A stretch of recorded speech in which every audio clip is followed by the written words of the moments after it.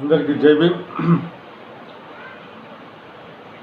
నిన్న గుంటూరు జిల్లా నర్సరావుపేట నియోజకవర్గం రొంపిచెర్ల మండలం రెడ్డిపాలెం గ్రామంలో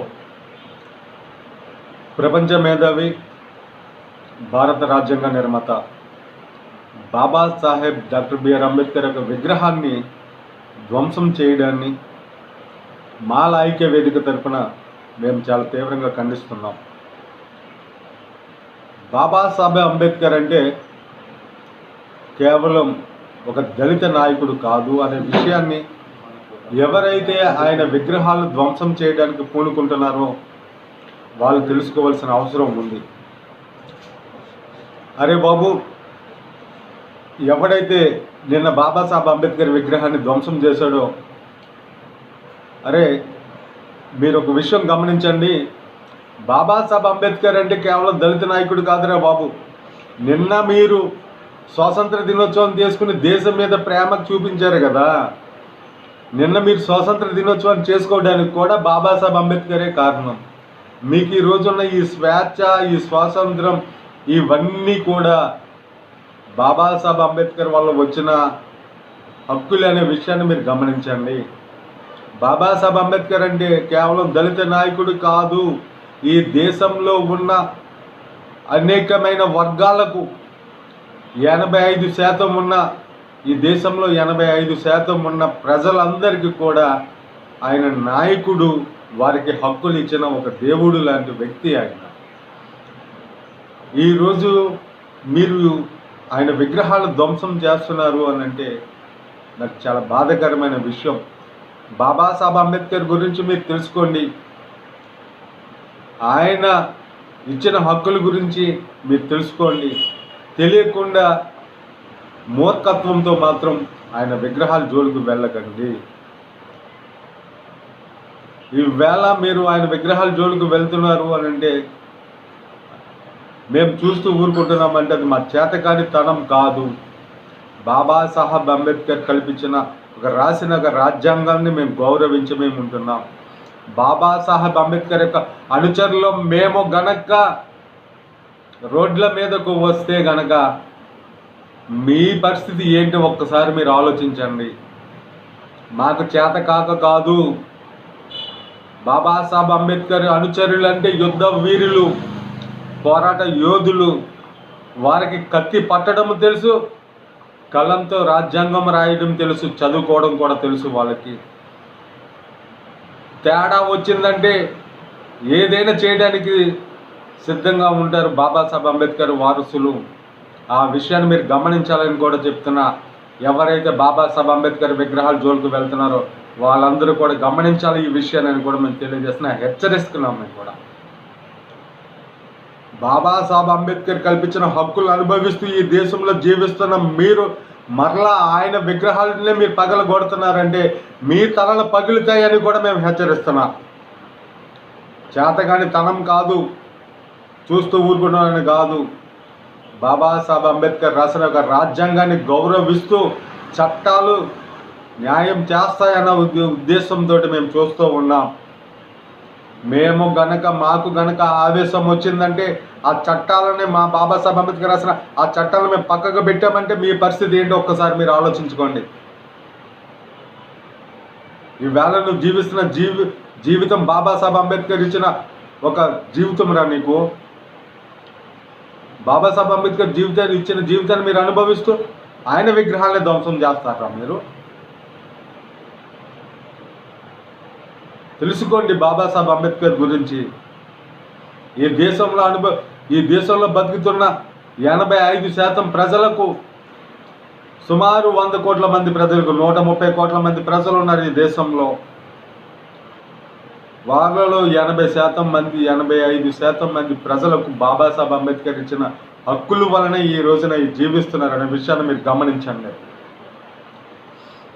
అలాగే ప్రభుత్వం ఈ రోజున ఈ రాష్ట్రంలో బాబాసాహెబ్ అంబేద్కర్ యొక్క విగ్రహాల విషయంలో ఎన్ని దాడులు జరుగుతున్నా,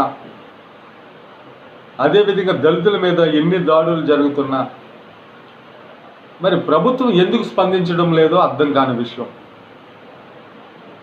ఈరోజు ప్రభుత్వం స్పందించి ఉంటే,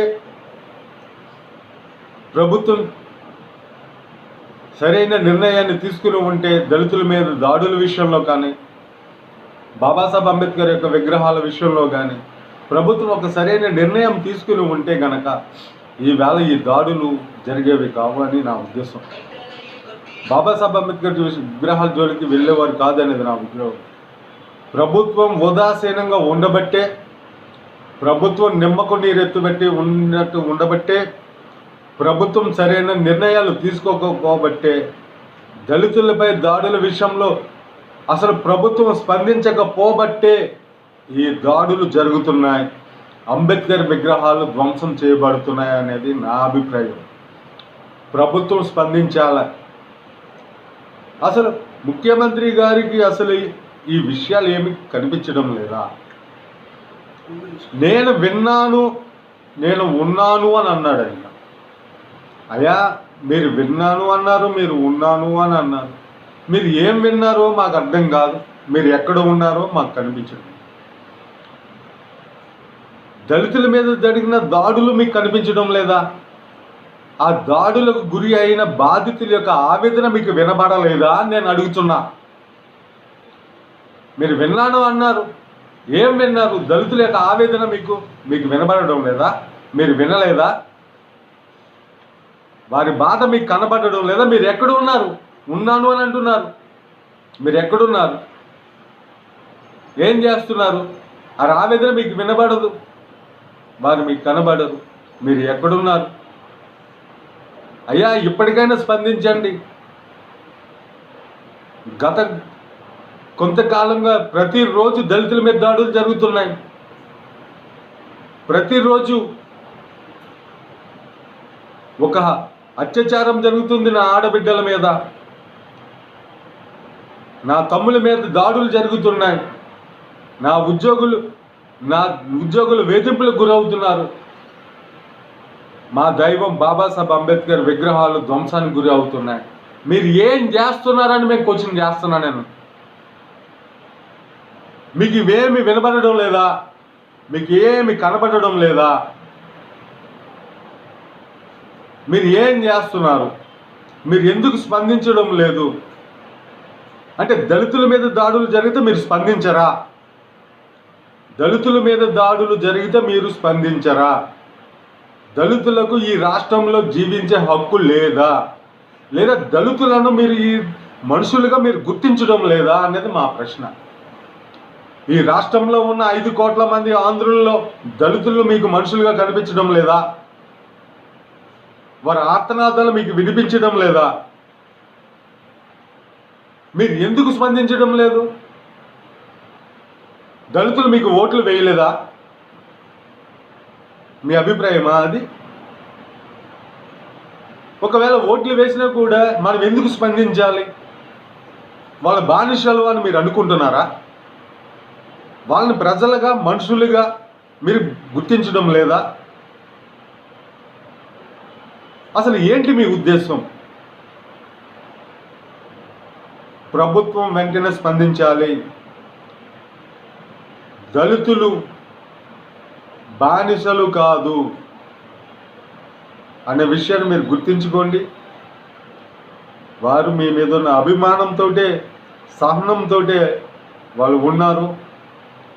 వారి ఆవేశాన్ని మాత్రం మీరు చవి చూడకండి, వారి ఆవేశాన్ని మీరు రెచ్చగొట్టొద్దు అని చెప్పేసి నేను కూడా మీకు తెలియజేస్తూ ఉన్నా. ప్రభుత్వం వెంటనే స్పందించాలి. బాబాసాహెబ్ అంబేద్కర్ విగ్రహాల ధ్వంసం విషయంలో కానివ్వండి, దళితుల మీద జరుగుతున్న దాడుల విషయంలో కానివ్వండి, దళిత ఆడబిడ్డల మీద జరుగుతున్న అత్యాచారాల విషయంలో కానివ్వండి, దళిత ఉద్యోగుల మీద జరుగుతున్న వేధింపుల విషయంలో కానివ్వండి, ప్రభుత్వం వెంటనే స్పందించాలి. ప్రభుత్వం స్పందించని పక్షంలో ఖచ్చితంగా మా దళితుల యొక్క సత్తాను మేము చూపిస్తాం, మా దళితుల యొక్క బలాన్ని మేము చూపిస్తాం, తగిన శాస్త్రం మేము కూడా చేస్తామనే విషయాన్ని కూడా మేము తెలియజేస్తూ ఉన్నాం.